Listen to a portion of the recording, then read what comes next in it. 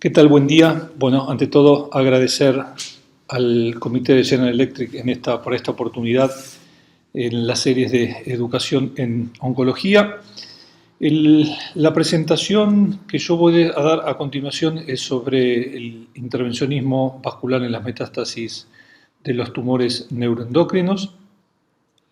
Este es mi background y antecedentes personales. Como decía, la finalidad es hablar de la utilidad del intervencionismo vascular en las metástasis hepáticas de los tumores neuroendocrinos. No declaro tener ningún conflicto de interés y, como introducción, decir que los tumores neuroendocrinos son un tipo muy variado y heterogéneo de cáncer, originados en la cresta embrionaria del tejido neuronal.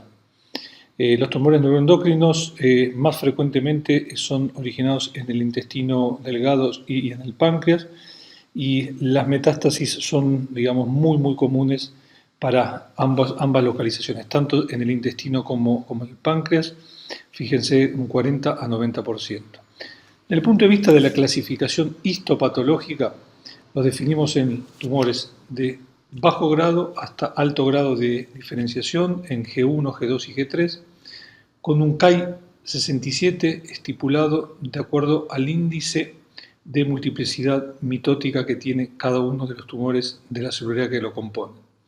Obviamente que los tumores con pobre grado de diferenciación celular y metástasis hepáticas al inicio, al diagnóstico, son predictores negativos de sobrevida de estos pacientes.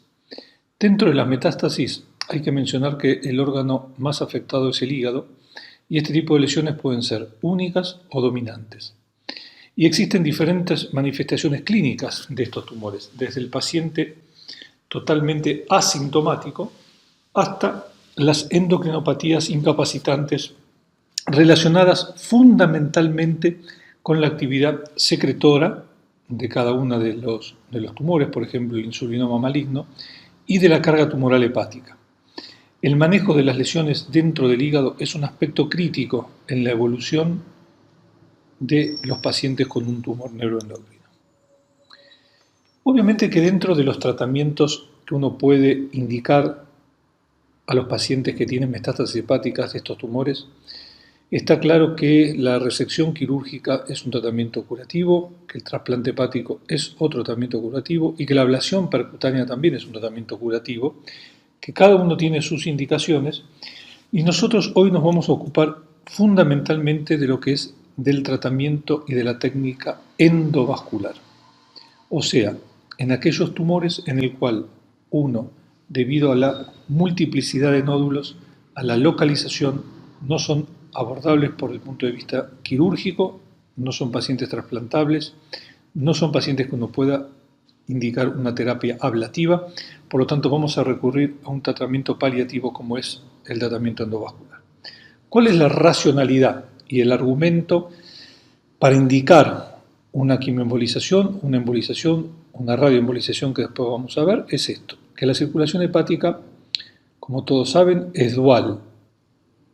Está dado 30% a través de la circulación arterial, 30 a 20%, 70-80% por la circulación portal, o sea que una porta permeable es la que va a irrigar el hepatocito normal, sabiendo que las metástasis hepáticas son vascularizadas exclusivamente a través de la circulación arterial, que este tipo de tumores, estas metástasis, los tumores neuroendocrinos, son altamente vascularizadas, o sea, poseen una gran irrigación a diferencia de otras metástasis, como por ejemplo las metástasis del cáncer colorectal, y por supuesto que todo esto que acabo de mencionar alienta el desarrollo y la implicancia del tratamiento endovascular en estas lesiones.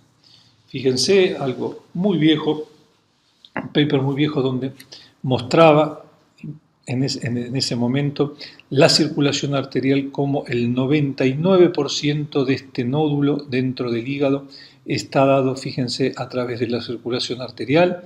En el árbol portal tenemos ausencia de circulación, un área de no relleno vascular, y en el área arterial vemos una lesión bien hipervascularizada. Esto es característico de las lesiones únicas. diciendo que estos tumores generalmente se asientan con tumores y con metástasis múltiples.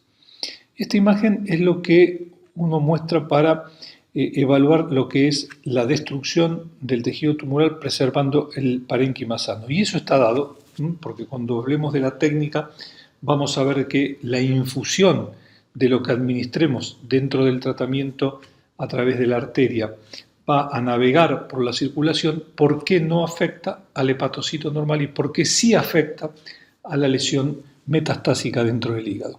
Básicamente porque los terminales capilares vasculares que alimentan ese nódulo son predictivos y tienen una mayor circulación preferencial hacia el nódulo y no hacia el hepatocito normal. Por lo tanto, la afección y el compromiso va a estar dado en relación al nódulo tumoral y no al hígado normal.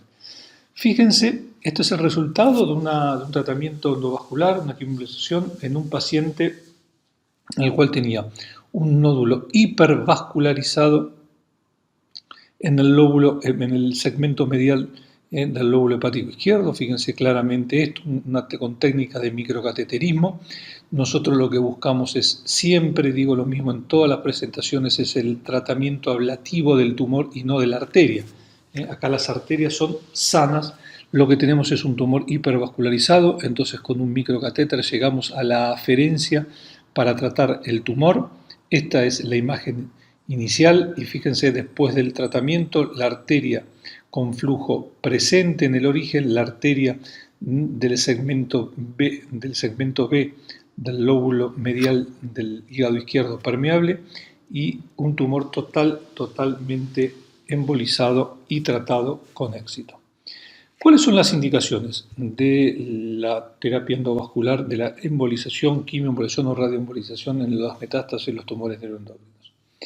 Son estas, diapo muy importante, candidatos no quirúrgicos con enfermedad hepática dominante. ¿Qué quiere decir esto? Que aquellos pacientes que tienen una enfermedad dentro del hígado y no exclusivamente dentro del hígado, pero sí predominante,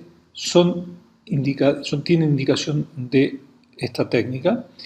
Pacientes con síntomas no controlados. No nos olvidemos que los análogos de somatostatina es el tratamiento que uno siempre instituye en estos pacientes y cuando los síntomas, a pesar de un tratamiento bien llevado desde el punto de vista subcutáneo, no controlamos los síntomas y todo lo que es el síndrome carcinoide, eso es indicación, y aquellos pacientes que tienen progreso del tamaño de las lesiones intrahepáticas en el transcurso del follow-up, del seguimiento, a pesar de los inhibidores de somatostatina.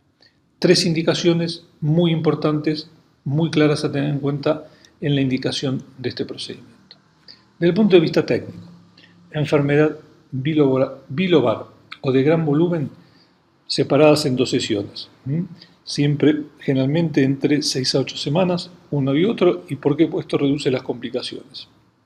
Al respetar esta indicación, la enfermedad unilobar o de pequeño volumen lo hacemos a través, como mostré en la diapositiva precedente, de un cateterismo hiperselectivo con técnica de microcateterismo a través de cada aferencia que va hacia el tumor. Este es un ejemplo de lo que realizamos siempre. A pesar de que no tenemos afección del hígado, cuando nuestros pacientes no son cirróticos, siempre hacemos una portografía por retorno mesentérico, por retorno esplénico, para evaluar el flujo hepatopeto a través de la vena porta. Evaluamos la circulación preferente de los tumores hacia el hígado bien hipervascularizados y la embolización, como dije, del tumor preservando las arterias normales que irrigan el tejido hepático. Fíjense esto, una metástasis hepáticas de un tumor de un insulinoma maligno.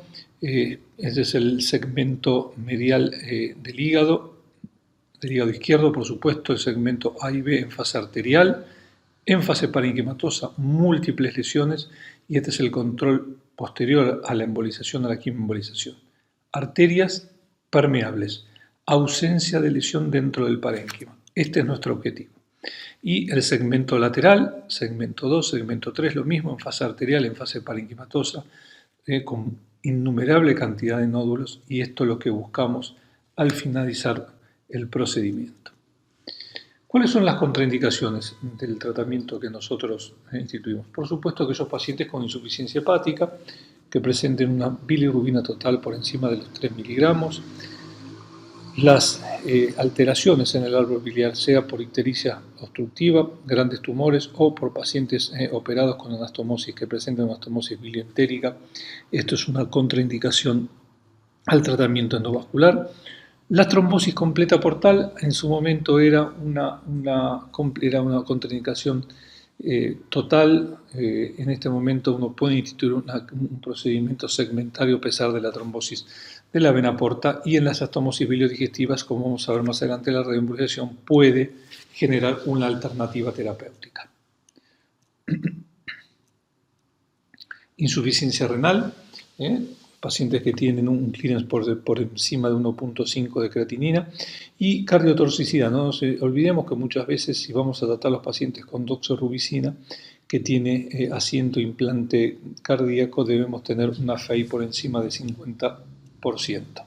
Y por supuesto que debemos tener un EGOC por debajo, para una contraindicación que sea de 2 o de 3. Eso es una contraindicación al tratamiento endovascular. Desde el punto de vista de las alternativas, ¿qué tenemos? La quimioembolización tradicional. Quimioembolización tradicional, ¿qué significa? Es aquella en la cual nosotros mezclamos en una emulsión estable la droga, el citostático, en este caso una antraciclina como es la doxorubicina, asociado al lipiodol, que es un vector, es una emulsión en la cual actúa como vector y como carrier de la medicación. Eso lo hacemos en una emulsión estable, la administramos y luego embolizamos con polvos de gelatina líquida, buscando ¿qué cosa? Buscando aumentar el tiempo de contacto entre la droga y el tumor, disminuir la circulación arterial, por lo tanto tenemos un efecto de isquemia transitoria, que eso favorece la selectividad, y sabiendo que existe una embolización dual transitoria a través de un pasaje del plexo peribiliar, y esto hace que el lipiodol a veces aparezca en las vénulas portales. Es un evento habitual que favorece el procedimiento de la quimioembolización tradicional.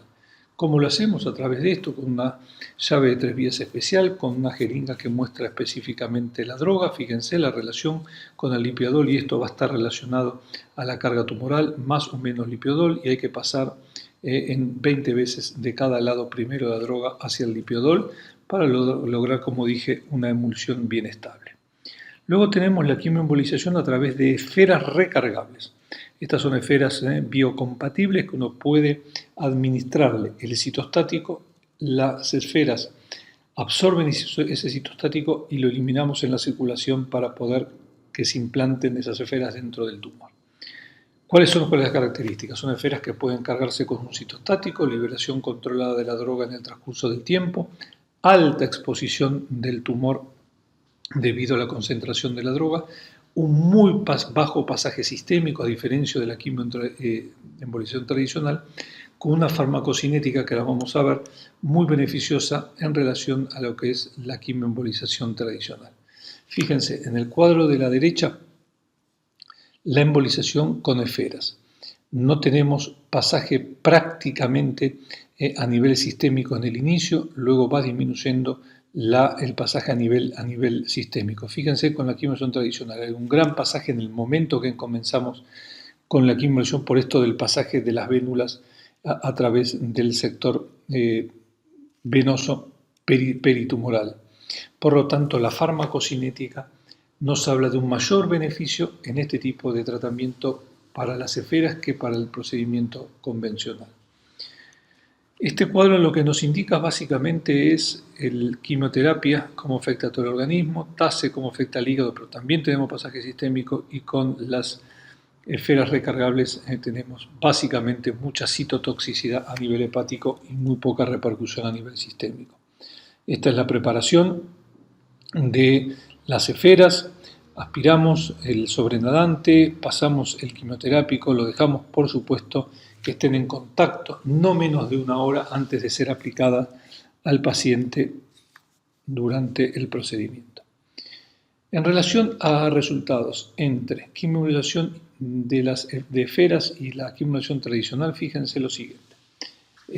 Tenemos para las dos una respuesta con lo que es la categorización RECIST, que expone la respuesta tomográfica antes y posterior al procedimiento 63-80%, sobre vida media 5 años 60%, y en el término de complicaciones vemos mayor injuria biliar con las esferas recargables, pudiendo parecer a veces injuria biliar, bilomas, etcétera, que con la accumulación tradicional, a pesar de que tenga mayor efecto. Por lo tanto, esto es un tema de disquisición terapéutica al momento de indicar un procedimiento. La tercera opción es lo que se llama en inglés plan embolization, embolización sola, que son a través de esferas comunes, que no son esferas recargables, que eso nosotros tenemos un control de la sintomatología para disminuir el efecto de masa, indicado básicamente si uno tiene que hacer una disquisición, tenemos que separar lo que son los tumores, las metástasis, tumores no pancreáticos, de los tumores entéricos en el intestino, y podemos decir que esferas va a estar relacionado solas, estas más a lo que son los tumores pancreáticos y las recargadas al tumor intestinal, con una respuesta muy similar desde el punto de vista del RECIST a lo que habíamos visto previamente. Una cuarta alternativa que es muy alentadora, por el momento tiene un costo elevado, pero que es muy alentadora desde el punto de vista terapéutico, es la radioembolización. Esta, como dice la diapo, es una forma de braquiterapia intraarterial que lo que hace es emitir partículas, sean de vidrio o de resina, impregnadas con este radioisótopo, que es el Yttrium 90, que es un emisor de radiación beta. La técnica es muy parecida, lo que hay que hacer son microesferas que uno infunde por vía endovascular, pero requiere la preparación del hígado. Básicamente, que es una embolización de todas aquellas ramas que uno no pretende que esas esferas, que son pequeñas, vayan para provocar un trastorno por la emisión de la irradiación, sea la circulación del intestino, sea la circulación del páncreas, sea la circulación de la vesícula biliar. La vida media es muy corta, fíjense, 2.5 días, y lo que es el radio de penetración también es pequeño, por lo tanto uno no debe aislar a estos pacientes porque solamente es de 2.5 milímetros. Necesitamos sí o sí preparar el hígado y realizar una cámara gamma, un SPECT pulmonar, cardíaco y pulmonar, para evaluar a través de la inyección de macroácido de albúmina el shunt a nivel pulmonar. Cuando ese shunt sobrepasa el 20%, hay una contraindicación de este procedimiento porque no puede provocar neumonitis a través de si las esferas estas con radioisótopos cargados llegan al pulmón. Esto es para evaluar básicamente lo que es la tolerancia hepática y la sensibilidad tumoral con diferentes tipos de tumores. Nada, es una diapositiva para que uno tenga que tener en cuenta la carga de Grace en los distintos tipos de cánceres. ¿Cuáles son los resultados de la radioembolización? Tiene una efectividad terapéutica que está relacionada a la dosis y a la respuesta, por supuesto, de cada uno de estos tumores, que hay una elección entre quimioembolización y radioembolización de acuerdo básicamente al tamaño tumoral. Fíjense que el nivel, la respuesta de sobrevida global es parecido a lo que es la quimioembolización. Presenta un menor grado de toxicidad que TACE, por lo tanto es muy interesante en aquellos pacientes con trombosis portal o, como dijimos hoy, con anastomosis, pacientes operados con anastomosis biliares. De todas maneras, no tenemos a la fecha, digamos, data fehaciente y controlada por estudios prospectivos, y el REDNet, es un estudio controlado, aleatorizado, en el cual en el transcurso del tiempo, fíjense que comenzó el registro en el año 2016, que están enrolando a 30 pacientes por cada rama entre lo que es la embolización, bland embolization, quimioembolización y radioembolización, para evaluar cuáles son exactamente los resultados y cuáles son las indicaciones precisas de cada uno de estos pacientes. Entonces, hoy no tenemos un argumento de peso, como dije, entre TACE, embolización y radioembolización, sabiendo que la quimioembolización tradicional es la que mayor experiencia cuenta porque es la que desarrollamos hace más de 30 años. Los primeros reportes en Argentina fueron hechos a través del Hospital Italiano. El doctor García Mónaco ha publicado muchos papers en relación a esto. Tendencia de mejores resultados entre TACE versus embolización. Esto es así, aunque la blanda embolization tiene menores complicaciones. No hay que olvidarse que la radioembolización puede nos puede realizar, digamos, con menor riesgo, pero existe lo que es la complicación de la radioembolización dentro del hígado en la vía biliar. Por lo tanto, eso es un riesgo que uno tiene que tener en cuenta. Para ir concluyendo, decimos que dentro del intervencionismo oncológico, en el armamento que disponemos para tratar a estos pacientes de tumores neuroendocrinos con metástasis en el hígado, la quimioembolización convencional uno la tiene como primera opción terapéutica. Las esferas recargables uno la tiene como segunda opción terapéutica, relación costo-efectividad. Blanda embolization solamente en pacientes con o mucha carga tumoral o pacientes de edad avanzada. Y la radioembolización, cuando tenemos una contraindicación, hoy los resultados dicen que la contraindicación para la quimioembolización tradicional o con esferas, podemos recurrir a la radioembolización.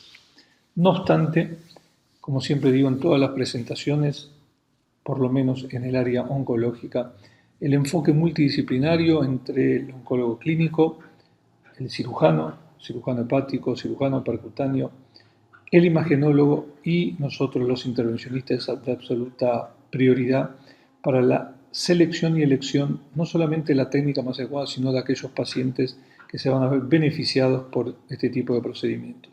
Esto va a hacer que vamos a arribar a mejores resultados para los pacientes que fueron seleccionados. Agradecerles su atención. Muchas gracias.